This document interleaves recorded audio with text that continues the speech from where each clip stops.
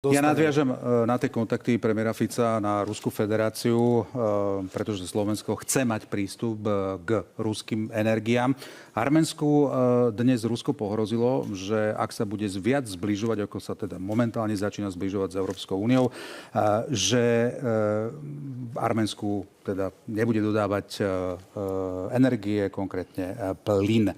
Nepotvrdzuje to, pred čím vystrihá aj opozícia, že teda Rusko nie je nejaký zodpovedný partner a že v podstate tie energie využíva na to, aby mohla krajiny vydierať?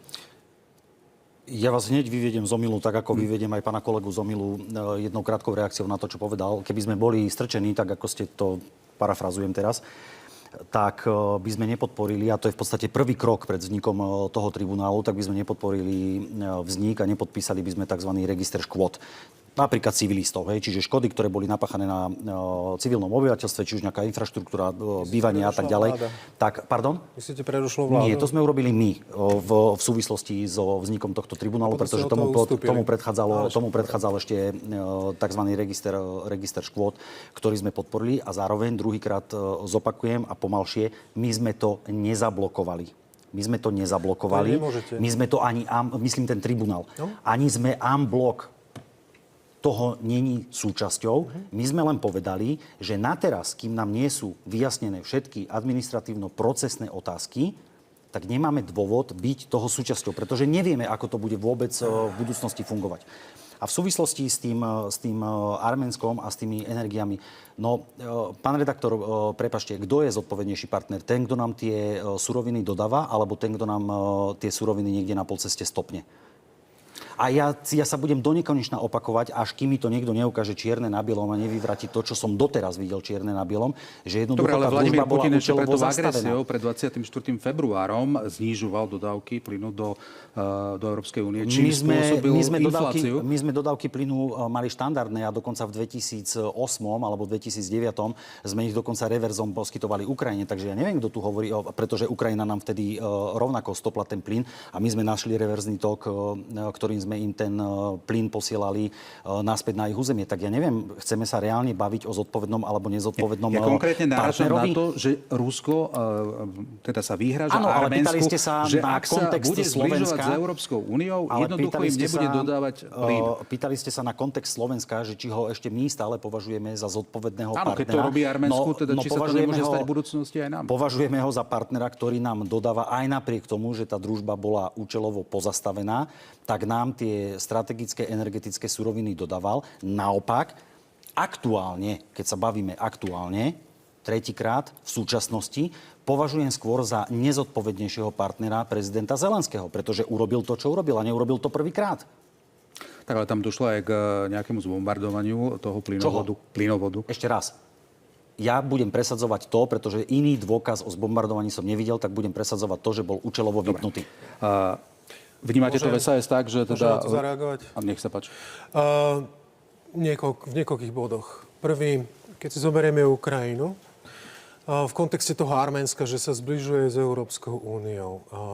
Viete, to, prečo vznikol tzv. Ten Majdan, alebo teda tie demonštrácie, bolo tie, že Rusko tlačilo na Ukrajinu, aby nepodpísalo asociačnú dohodu s Európskou úniou. Nešlo vôbec o rozširovanie NATO. Nešlo vôbec o rozširovanie NATO, pán kolega. Nešlo o rozširovanie NATO. Tam išlo o to, že Ukrajina, to je historický fakt. Áno. Janukovič ešte raz, neskáčte mi do reči. Poprvé, odmietol podpísať asociačnú dohodu s Európskou úniou.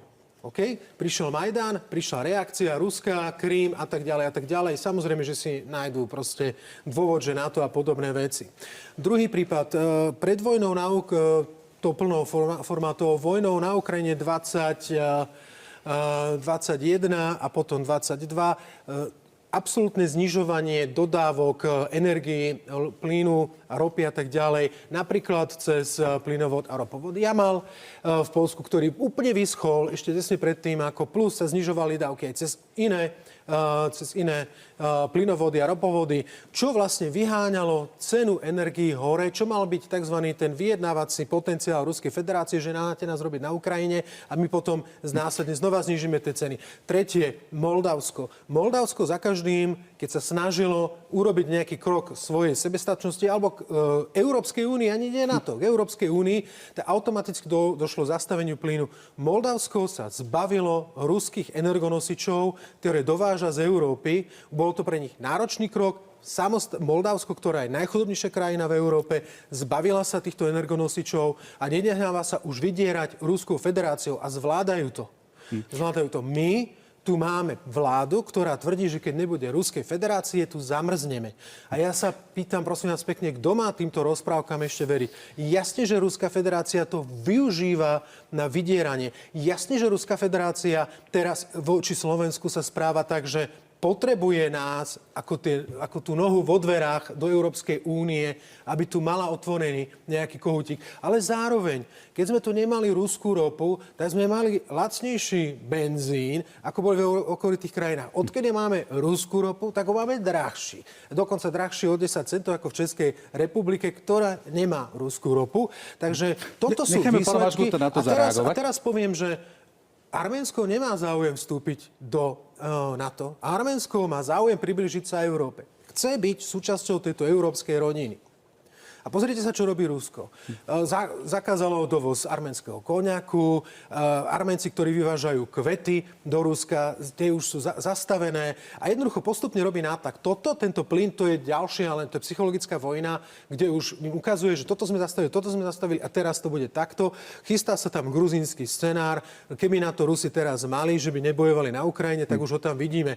Toto je Ruská federácia. Nenechá dýchať menším, nenechá dýchať tzv. Bratským národom, o ktorých teda hovorí, že sú bratské národy zo Sovietskeho zväzu, lebo tie, keby mohli, tak sa odsťahujú na inú stranu zemegule. Pán Mažgut, môžete reagovať teda, či je zo strategického hľadiska do budúcna dobre sa držať práve teda ruských energonosičov? Tak by som sa opýtal pána Krupu, kde bol Sulík, keď sa malo diverzifikovať a strašne o tom hovoria, že sme mali mať viacero zdrojov. Veď on bol ten, ktorý týždeň po vypuknutí vojny na Ukrajine nechal doviesť ruské jadro na letisko na Slovensko. Tak ja neviem, o čom sa tu teraz bavíme, že o čom ma idete presvedčať. To je úplne normálny krok, pretože sme ho potrebovali. Je aj tak, ale ruskú ropu nepotrebujeme, hej? Potrebujeme drahšiu od nikali, ktorá nám tu ani nemá ako tiesť. Ale veď máme a keď ste spomenuli Moldavsko, a keď ste spomenuli Arménsko, nemusíme si skákať do rečí, ale OK, sme si jedna.